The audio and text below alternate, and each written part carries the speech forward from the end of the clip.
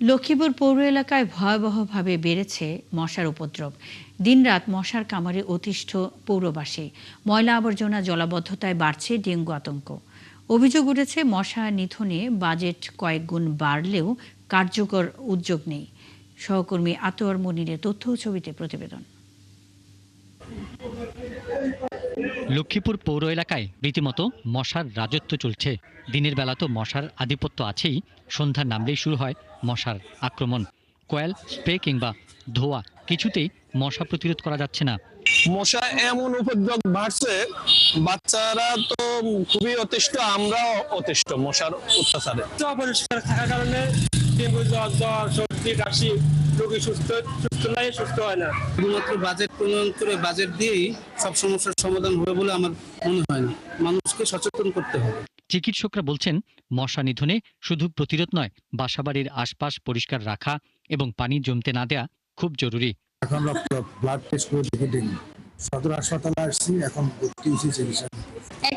একটা বেডে একজন রোগী দেওয়ার কথা, সেখানে আমরা 3-4 জনে দিচ্ছি, আবার নিচেও দিচ্ছি। পৌর কর্তৃপক্ষ বলছে, ডেঙ্গুর ঝুঁকি মোকাবেলায় সচেতনতামূলক কার্যক্রমের পাশাপাশি মশার প্রজনন ক্ষেত্র চিহ্নিত করে ব্যবস্থা নেওয়া হচ্ছে। আমরা স্প্রে করেছি যাতে পৌরবাসী যে সামনে যে মশার যে উপদ্রব সেটা থেকে রক্ষা পায়। আমরা চেষ্টা করে যাচ্ছি। সবার আগে হচ্ছে পৌরবাসীর সচেতনতা তৈরি করাটা হচ্ছে আমাদের জন্য একটা বড় চ্যালেঞ্জ। কাগজে কলমে নয়, মশা নিধনে দ্রুত কার্যকর ও স্থায়ী উদ্যোগ দেখতে চান লক্ষ্মীপুর পৌরবাসী।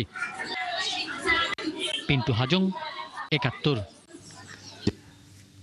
লক্ষ্মীপুর পৌর এলাকায় মশার উপদ্রব বাড়ায় দিনরাত মশার কামড়ে অতিষ্ঠ পৌরবাসী। এতে বাড়ছে ডেঙ্গু আতঙ্ক। সেখানকার পরিস্থিতি জানাতে সহকর্মী আতোয়ার মনির যুক্ত হচ্ছেন। মনির, মশার বর্তমান পরিস্থিতি কেমন দেখছেন? এ বিষয়ে স্থানীয়রা কি বলছেন? পৌর কর্তৃপক্ষ কোনো ব্যবস্থা নিয়েছে কিনা?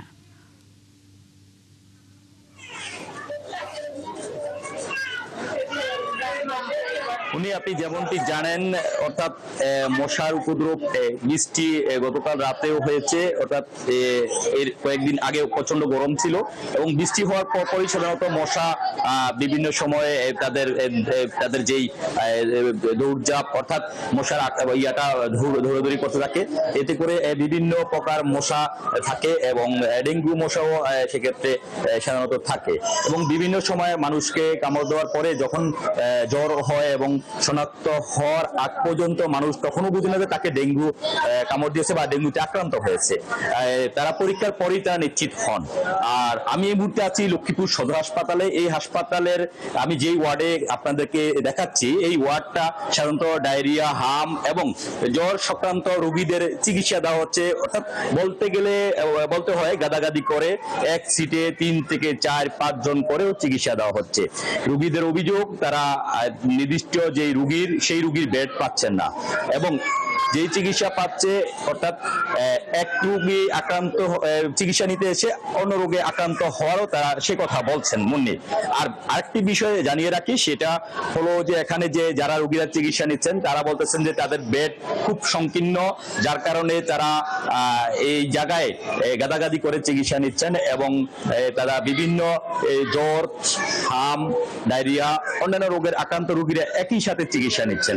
আর মোট কথা বলা চলে যে লক্ষ্মীপুর যে পৌরসভা, এই পৌরসভা ইতিমধ্যেই অর্থাৎ মশা নিধনের জন্য তারা বিভিন্ন জায়গায় তাদের অর্থাৎ মশা নিধনের যে ব্যবস্থা নেওয়ার কথা তারা শুরু করেছেন, আবার কিছু কিছু জায়গায় এখনো নেননি। তবে স্থানীয় লোকজন অর্থাৎ যে পৌরবাসী, তারা তাদের দাবি যে এই 5 গুণ, গত বছরের চাইতে 5 গুণ এই যে বাজেট বৃদ্ধি করা হয়েছে সাধারণত মশা এই নিধন প্রকল্পের জন্য। তো তারা পৌরবাসী চাচ্ছে যে 5 গুণ বাজেট নয়, এবং যাতে করে মশা নিধনের যে ব্যবস্থা নেওয়া এটা যাতে জরুরি হয় এবং বিভিন্ন জায়গায় ময়লা আবর্জনা থেকে এবং যে যে নিষ্কাশনের যে ব্যবস্থা, অর্থাৎ পয় পরিষ্কার যে কর্মীরা রয়েছেন তারা যাতে সুষ্ঠুভাবে নির্দিষ্ট সময়ের আগে যাতে পয় পরিষ্কার করেন, তাহলে মশা একদিকে জন্ম যেই লার্ভা জন্ম হবে সেই জন্ম থেকে তারা মারা যাবেন, জন্ম উৎপত্তি তাদের কমে যাবে।